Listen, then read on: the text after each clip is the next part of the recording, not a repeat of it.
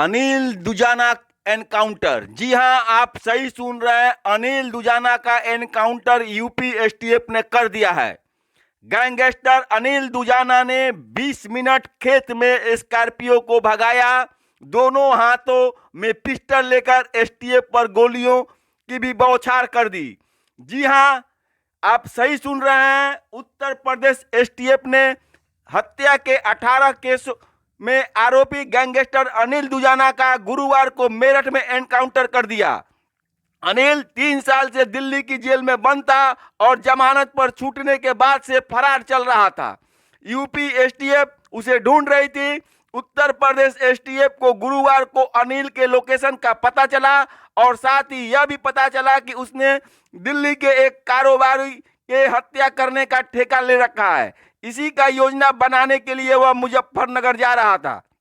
UP STF ने जब अनिल दुजाना का पीछा किया तो वह खेतों में स्कॉर्पियो लेकर भागने लगा। लगभग 20 मिनट तक खेतों में गाड़ी को भगाता रहा। तब तक गाड़ी अचानक एक खंबे से जा टकराई। तब अनिल दुजाना गाड़ी से उतरकर दोनों हाथों में पिस्टल लेकर यूपी एसटीएफ पर ताबड़तोड़ अंधाधुंध फायरिंग करने लगा। तब तक अचानक यूपी एसटीएफ द्वारा बचाव में किए गए फायरिंग में अनिल दुजाना को सीने में और सिर में गोली लगी और वह वहीं पर गिर गया। अनिल दुजाना एनकाउंटर के अंतिम समय का घटनाक्रम आइए सुनिए, हम क्रमवार विस्तार से बताते हैं। अनिल दुजाना के खिलाफ 18 हत्या के समेत 62 से ज्यादा केस दर्ज थे। वह आपराधिक संगठन बनाकर हत्या और लूट सहित कई वारदातों को अंजाम देता था। दैनिक भास्कर ने लिखा है कि नाम न छापने की शर्त पर यूपी एसटीएफ के एक अफसर ने बताया कि एसटीएफ के पास पिछले 10 दिनों से इनपुट था कि जमानत पर छूटने के बाद दुजाना पश्चिमी यूपी में घूम रहा है।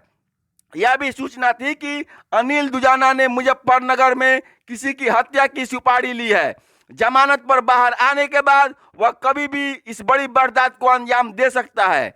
इसी इनपुट के सहारे यूपी एसटीएफ लगातार दुजाना की खोजबीन में थी। जी हां, अचानक दोपहर 2 बजे यूपी एसटीएफ को यह सूचना मिली कि अनिल दुजाना गुरुवार को मेरठ होते हुए बागपत से मुजफ्फरनगर जा रहा है। उसके पास दिल्ली नंबर की गाड़ी है। सूचना मिलते ही एसटीएफ की 5 टीमों को अनिल दुजाना की घेराबंदी में लगाया गया, जो अलग अलग स्पॉट पर चेकिंग करने लगी। एसटीएफ की 3 टीमों को जानी और भोला छाप पर लगाया गया। 2 टीमें बागपत रोड पर निगरानी में लगाई गई।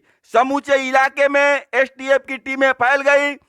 दिल्ली नंबर की हर गाड़ी को चेक किया जा रहा था। कुछ देर बाद में भोला झाल के पास चेकिंग में दुजाना की स्कॉर्पियो को ट्रेस कर लिया गया। एसटीएफ ने चेकिंग के लिए अनिल दुजाना की गाड़ी रुकवाई, मगर उसने गाड़ी नहीं रोकी। बदले में वह खेतों की तरफ गाड़ी को लेकर भागा। उसे पकड़ने के लिए एसटीएफ की टीमें भी उसके पीछे पड़ गई। करीब 3 किलोमीटर तक खेतों में वह भागता रहा। तभी अचानक सामने बिजली का एक पोल आ गया। गाड़ी उसमें जाकर टकरा गई। आगे रास्ता भी बंद था। दुजाना भागने के लिए गाड़ी से बाहर निकला। अनिल दुजाना ने गाड़ी से बाहर निकलते वक्त दोनों हाथों में पिस्टल लेकर एसटीएफ टीम पर अंधाधुंध फायरिंग करने लगा। मजबूरन एसटीएफ को जवाबी फायरिंग करनी पड़ी, क्योंकि एसटीएफ उसे जिंदा पकड़ना चाहती थी। दोनों ओर से करीब 10 मिनट तक 15-20 राउंड गोलियां चली। फायरिंग के कारण पूरा इलाका गोलियों की आवाज से गूंज उठा। तभी एसटीएफ की गोली उसके सीने और सिर में लगी, जिससे अनिल जमीन पर गिर गया। हालांकि कितनी गोली और कहां लगी यह तो पोस्टमार्टम रिपोर्ट से क्लियर होगा। दुजाना को मुठभेड़ में गोली लगने के बाद पुलिस ने उसे अस्पताल में भर्ती कराया, जहां डॉक्टरों ने उसे मृत घोषित कर दिया। जोरों पर चर्चा यह भी है कि दुजाना ने मंडावली के एक कारोबारी की हत्या के लिए सुपारी ली थी। इसी वारदात को अंजाम देने के लिए योजना बनाने के लिए वह मुजफ्फरनगर जा रहा था। वहां उसको अपने साथियों से मिलना था। एसटीएफ अनिल दुजाना के जेल से जमानत पर बाहर आने के बाद से ही उसको ट्रेस कर रही थी। जयचंद प्रधान हत्या केस में गवाह उसकी पत्नी संगीता को भी अनिल दुजाना बार बार धमकी दे रहा था। पिछले सप्ताह ही उस पर 2 और मुकदमे भी हुए थे। बताया यह भी जा रहा है कि अनिल दुजाना 10 दिन पहले जब दिल्ली की जेल से जमानत पर रिहा हुआ, उसके बाद से ही वह एसटीएफ के रडार पर था।